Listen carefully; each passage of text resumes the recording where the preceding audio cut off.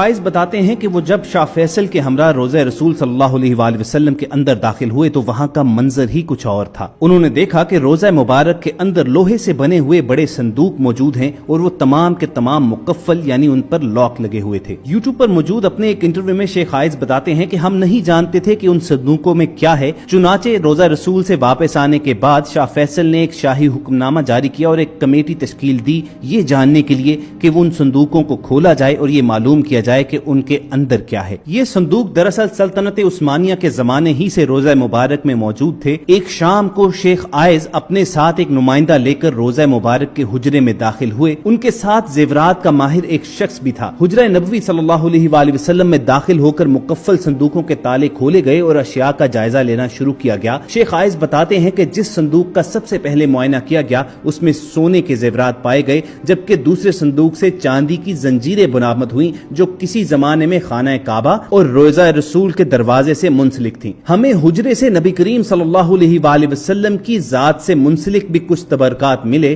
Committee نے 15 روز تک حجرے میں موجود اشیاء کا جائزہ لیا اور بعد ازاں حجرے سے ملنے والے زیورات کو مدینہ منورہ کے میوزیم میں رکھنے کی تجویز پیش کی گئی۔ آج یہ تمام نوادرات مدینہ منورہ کے میوزیم میں رکھ دیے گئے ہیں تاکہ عام لوگ بھی ان کی زیارت کر سکیں۔ خواتین و حضرات، یہاں پر ایک وضاحت نہایت ضروری ہے کہ شیخ فائز بھی اصل قبر مبارک تک رسائی نہیں رکھتے تھے۔ جیسا کہ ہم سب کو معلوم ہے کہ حضرت صلی اللہ علیہ وآلہ وسلم کا وصال ام المومنین حضرت عائشہ صدیقہ رضی اللہ تعالی عنہا کے حجرہ مبارک میں ہوا تھا اور وہیں آپ کی تدفین ہوئی تھی۔ اس کے بعد حضرت ابو بکر اور حضرت عمر رضی اللہ تعالی عنہم بھی وہیں پر مدفون ہیں۔ اس طرح روضہ شریف کے اندر 3 قبریں موجود ہیں۔ اگر آپ کو انٹرنیٹ پر کوئی بھی ایسی تصویر ملے کہ جس میں صرف ایک قبر دکھائی دے رہی ہو تو یہ جان لیجئے کہ یہ تصاویر جعلی ہیں۔ ویسے بھی رسول اللہ صلی اللہ علیہ وآلہ وسلم کی مرکز مبارک کی اصل تصویر دنیا میں موجود نہیں ہے، اس لیے کہ آخری مرتبہ جب کوئی رسول اللہ صلی اللہ علیہ وآلہ وسلم کی اصل قبر مبارک تک گیا تھا تو یہ 550 سال پہلے کا واقعہ ہے۔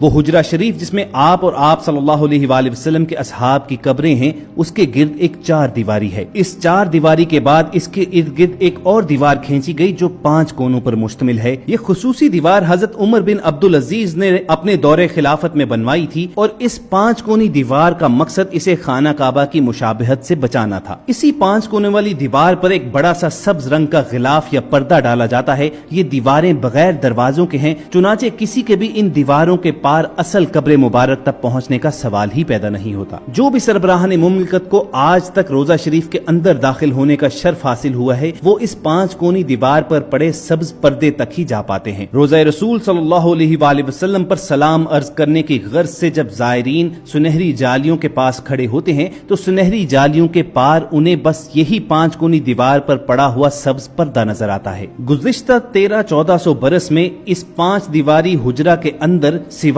2 افراد کے کوئی نہیں جا سکا۔ پہلی بار 91 ہجری میں حضرت عمر بن عبدالعزیز رحمت اللہ کے دور میں ان کا غلام اور دوسری بار 881 ہجری میں معروف مورخ علامہ اسمہودی کے بیان کے مطابق وہ خود اس 5 دیواری حجرے کے اندر گئے۔ آخری بار 881 ہجری میں حجرہ نبوی صلی اللہ علیہ وآلہ وسلم کی دیواریں پرانی ہو جانے کے باعث ان کی تعمیر نو اور ان کی زیبائش و آرائش کرنا پڑی۔ اس وقت نامور مورخ اور فقیہ علامہ نور الحسن اسمہودی مدینہ منورہ میں ہی موجود تھے اور انہیں حجرہ مبارک کی دیواروں کے تعمیر نو کے کام میں حصہ لینے کی سعادت نصیب ہوئی۔ علامہ اسمہودی لکھتے ہیں کہ 14 شعبان 881 ہجری کے دن 5 دیواری کو مکمل طور پر ڈھا دیا گیا۔ دیکھا تو اندرونی 4 دیواری میں بھی دراڑیں پڑی ہوئی تھیں، چنانچہ وہ دیوار بھی گرا دی گئی۔ اب ہماری آنکھوں کے سامنے مقدس حجرہ تھا۔ مجھے وہاں پر داخلے کی سعادت ملی۔ میں شمالی سمت سے داخل ہوا تو خوشبو کی ایسی لپٹ آئی جو زندگی میں کبھی محسوس نہ ہوئی تھی۔ میں نے رسول اقدس صلی اللہ علیہ وآلہ وسلم اور آپ کے دونوں خلفائے راشدین کی خدمت میں ادب سے سلام پیش کیا۔